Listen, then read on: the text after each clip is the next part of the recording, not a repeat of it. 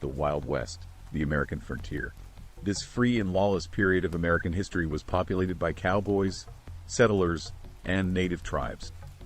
Back then, the land was vast and mysterious, and the skies were said to be ruled by gargantuan spirit birds, and the land ruled by fearsome towering giants. Native legend told of many mythic beasts that most cowboys and settlers probably chalked up to mere fantasy and folklore. That is, they probably did think that, at least until they saw a few of those fabled monsters themselves.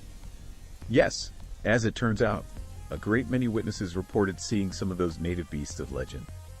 Let's look at a few actual newspaper accounts of what witnesses actually saw. In the late 1800s and early 1900s, tales of enormous, bird-like creatures began to circulate among cowboys and early explorers in the American West. These spirit birds were described as having wingspans so vast they could blot out the sun, with feathers as long as a man's arm, and talons that could carry off livestock. One famous account in the Arizona Gazette, from April 1890 in Tombstone, told of two cowboys who claimed to have shot and killed a giant bird resembling a pterodactyl. The story was widely publicized in newspapers, capturing the imagination of people across the nation. Not long before, in January of 1886, the Los Angeles Times reported a sighting of a large bird near Los Angeles, California. The bird was described as having a wingspan of around 15 feet and was said to have been observed by multiple witnesses. The sighting was investigated by local authorities, but no conclusive evidence was found to explain the phenomenon. In January 1909, the Pittsburgh Press reported a series of sightings in Pennsylvania describing a gigantic bird with a wingspan of 20 to 25 feet. One notable account came from a man named John Macaulay, who claimed to have seen the bird near Pittsburgh. The sightings were widely reported in newspapers such as the Pittsburgh Press. These reports caused a sensation and led to widespread speculation about the existence of such a creature. These are only three of many such accounts, the number of which, at the very least, leads us to consider the possibility there must be something going on here. Even by the 1880s, in fact, official reports of thunderbirds was not a new thing. Much older accounts by extremely credible witnesses had already existed for centuries. Jacques Cartier was a French explorer who made several voyages to North America in the early 16th century. One of his most famous expeditions occurred in 1534 when he sailed up the St. Lawrence River, exploring the region that would later become Canada. During his exploration of the Gulf of St. Lawrence, Cartier and his crew reportedly encountered a strange and terrifying creature. The bird's wingspan was said to be so vast that it could block out the sun. Cartier's account of this creature is documented in his journals. He described the encounter in vivid detail, noting the fear and awe that it inspired in him and his crew. According to Cartier, the creature circled their ship several times before flying off into the distance. So, it's a story with credible witnesses going back into America's earliest history. And, as it happens, it also goes forward into modern times and the present day. Credible sightings have continued to happen and make the papers, even up to the present day.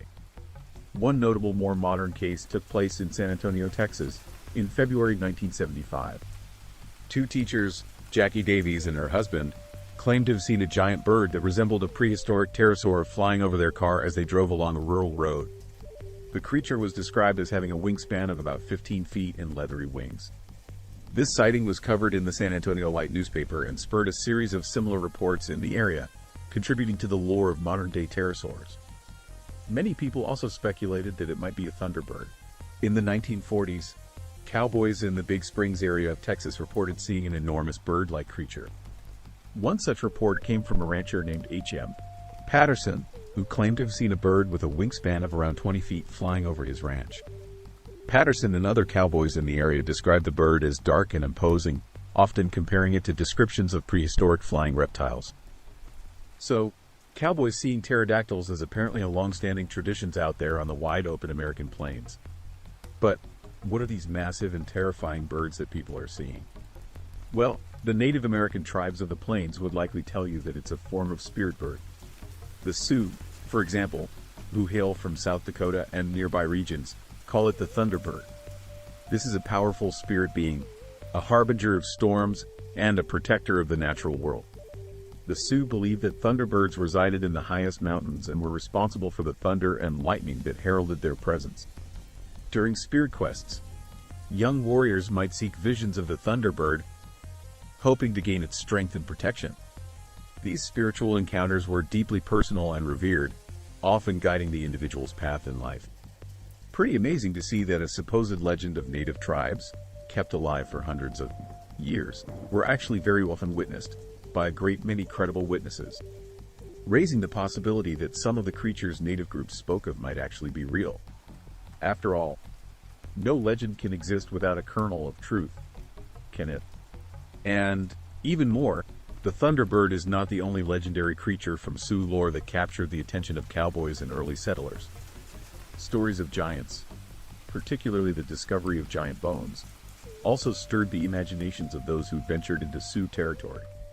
In the late 19th century, there were reports of large skeletons unearthed in South Dakota, sparking rumors of a race of ancient giants who once roamed the plains.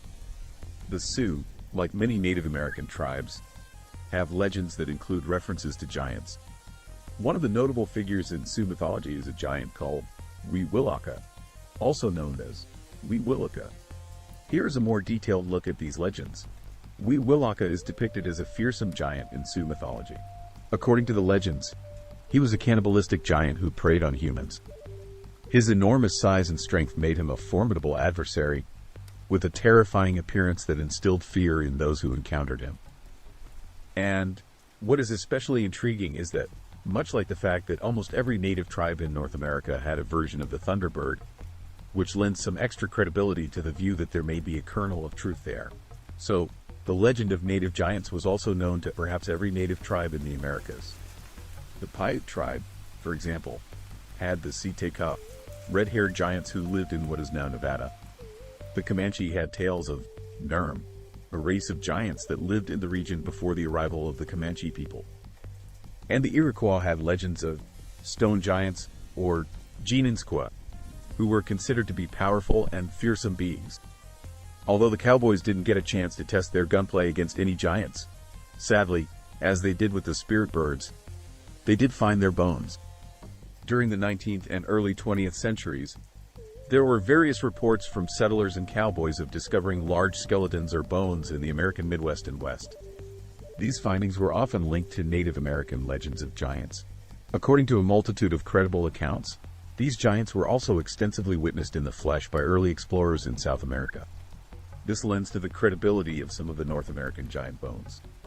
Early European explorers in South America apparently reported in droves back to their respective monarchs about actual encounters with giants. Seemingly every ship's captain that traveled to South America in the early days of exploration had a tale of giants to relate to their king or queen. It needs to be remembered that back in the day, ship's captains were some of the most respected people in society. Respectable, much more so even than today. Here are a few of their stories. Ferdinand Magellan. In the 1500s, during his famous expedition to circumnavigate the globe, Ferdinand Magellan and his crew made several stops along the coast of South America. According to Antonio Pigafetta, the chronicler of Magellan's expedition, the crew encountered a race of giants in the region of Patagonia. Pigafetta described these giants as being twice the height of an average man, with deep-set eyes and long hair. He mentioned that the explorers were able to capture 2 of these giants, but they later died during the voyage back to Europe.